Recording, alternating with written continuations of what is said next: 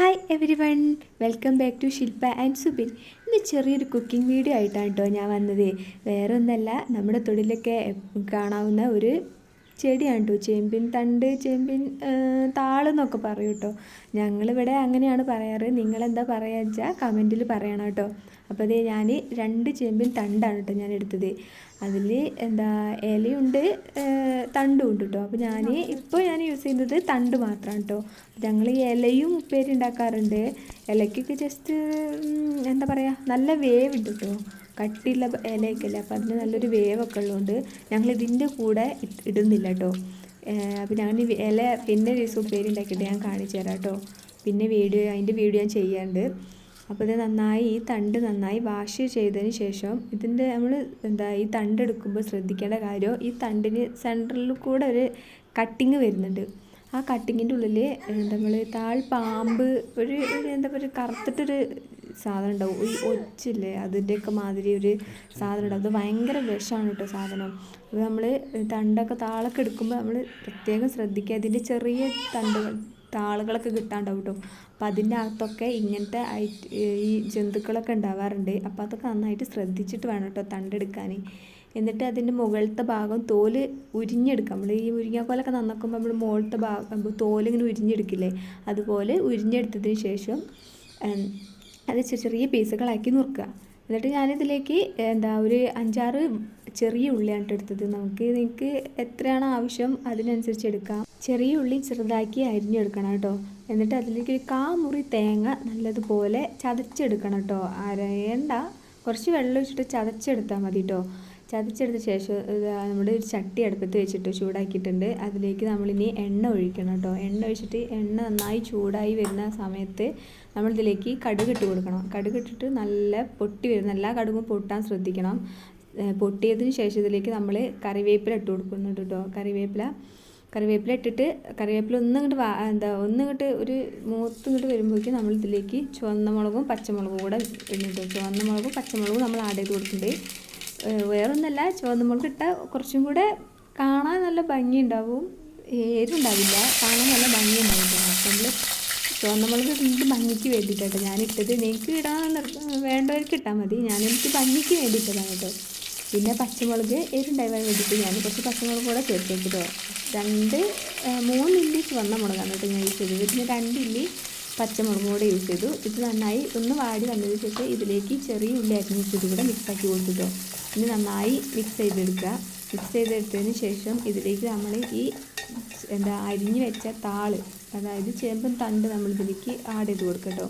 ഞാൻ ഈ തണ്ട് അരിഞ്ഞ വീഡിയോ ഞാൻ എടുത്തില്ല കേട്ടോ, അത് ഞാൻ മറന്നുപോയി. ഞാൻ തൊട്ടടുത്ത് കുഞ്ഞാപ്പിയും കൂടെ ഉള്ളതുകൊണ്ട് ഞാൻ വീഡിയോയ്ക്ക് ഞാൻ സ്പീഡാണ് എടുക്കുന്നത്. അപ്പോൾ ഞാൻ അരിഞ്ഞ വീഡിയോ ഞാൻ എടുത്ത് വയ്ക്കാൻ മറന്നുപോയി. അപ്പോൾ ഞാനിപ്പോഴാണ് അരിഞ്ഞത് ഞാൻ കാണിക്കുന്നത് കേട്ടോ. മുന്നേ ഞാൻ എടുത്ത് വയ്ക്കാൻ മറന്നുപോയി, അരിയുന്നത് ഞാൻ കാണിച്ചില്ല. എന്നിട്ട് ഇതിലേക്ക് ആഡ് ചെയ്തതിന് ശേഷം നന്നായി മിക്സാക്കി എടുക്കുക.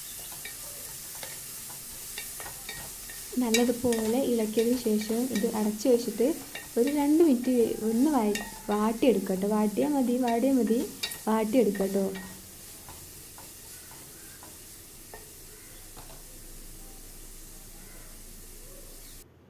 ഈ വാടി വന്നതിന് ശേഷം ഇതിലേക്ക് നമ്മൾ ചതച്ച് വെച്ച ഈ തേങ്ങ ഇതിലേക്ക് ആഡ് ചെയ്ത് കൊടുക്കുക കേട്ടോ. ആഡ് ചെയ്ത് കൊടുത്തിട്ട് നല്ലപോലെ മിക്സ് ആക്കി എടുക്കുക. എന്നിട്ട് ഇതിലേക്ക് ആവശ്യത്തിന് ഉപ്പും ചേർത്ത് നല്ലതുപോലെ ഇളക്കിയെടുക്കുക കേട്ടോ.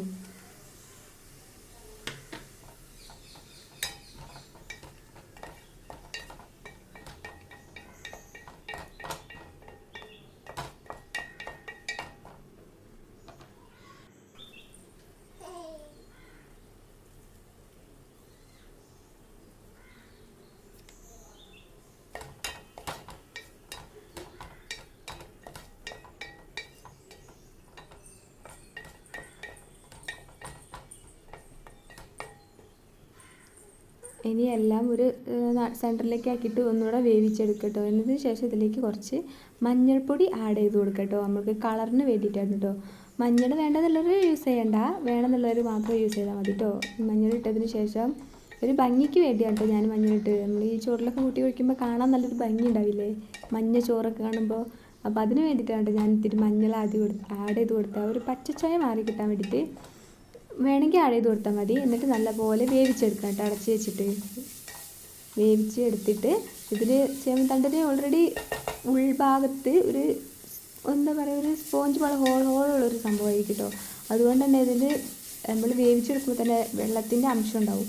അതുകൊണ്ട് നമ്മൾ സെപ്പറേറ്റ് വെള്ളം ഒഴിച്ചു കൊടുക്കേണ്ട ആവശ്യമില്ല. ഇതിൽ തന്നെ ഓൾറെഡി വെള്ളമുള്ളതുകൊണ്ട് നല്ലതുപോലെ ഇത് നമ്മൾ ഈ വരട്ടിയെടുക്കില്ലേ വെള്ളമൊക്കെ കളഞ്ഞിട്ട്, അതേ എന്ന രീതിയിൽ ആക്കിയെടുക്കണം കേട്ടോ. അപ്പോൾ ഇത് കാണാൻ കുറച്ചും കൂടെ ഭംഗിയുണ്ടാവും, ടേസ്റ്റും ഉണ്ടാവും. വെള്ളമില്ലാതെ ഇരിക്കുമ്പോൾ നല്ല ഭംഗിയായിട്ടോ കഴിക്കാൻ. ഇത് നമുക്ക് ചോറിൻ്റെ കൂടെയൊക്കെ ഇത് മാത്രം കൂട്ടി നമുക്ക് ചോറ് കഴിക്കാം കേട്ടോ.